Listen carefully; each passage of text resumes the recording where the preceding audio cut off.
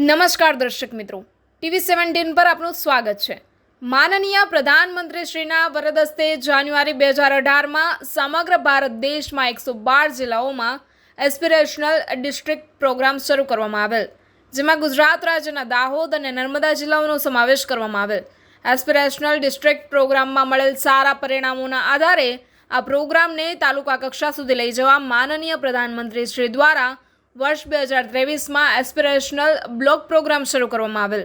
આ માટે ભારત સરકારના નીતિ આયોગ દ્વારા ગુજરાત રાજ્યના 10 જિલ્લાઓના 13 તાલુકાઓનો સમાવેશ કરવામાં આવેલ છે, જેમાં તાપી જિલ્લાના કુકરમુંડા અને નિઝર, કચ્છના લખપત અને રાપર, છોટાઉદેપુરના ક્વાંટ અને નસવાડી, બનાસકાંઠાના થરાદ, ડાંગના સુબીર, દાહોદના ગરબાડા, નર્મદાના નાંદોદ, પંચમહાલના ઘોઘંબા, પાટણના સાંતલપુર તથા સુરેન્દ્રનગરના સાયલા તાલુકાઓનો સમાવેશ કરવામાં આવેલ છે।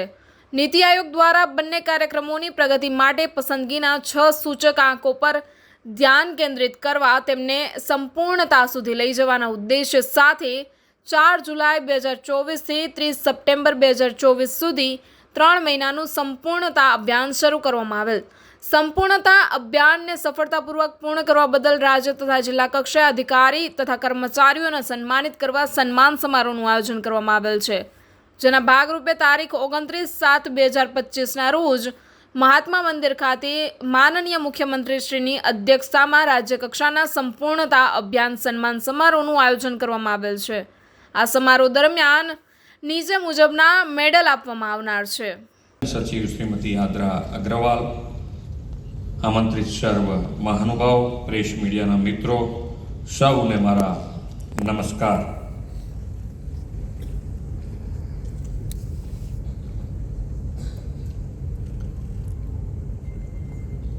વિશ્વ નેતા અને યશસ્વી વડાપ્રધાન શ્રી નરેન્દ્રભાઈ મોદીએ વિકાસની રાજનીતિથી દેશની આર્થિક સામાજિક પ્રગતિને નવી દિશા આપી છે। વડાપ્રધાનશ્રીએ સૌનો સાથ, સૌનો વિકાસ, સૌનો વિશ્વાસ અને સૌના પ્રયાસથી વિકાસની રાહમાં કોઈ પણ વ્યક્તિ કે રાજ્ય પાછળ ન રહી જાય તેની ચિંતા કરી છે।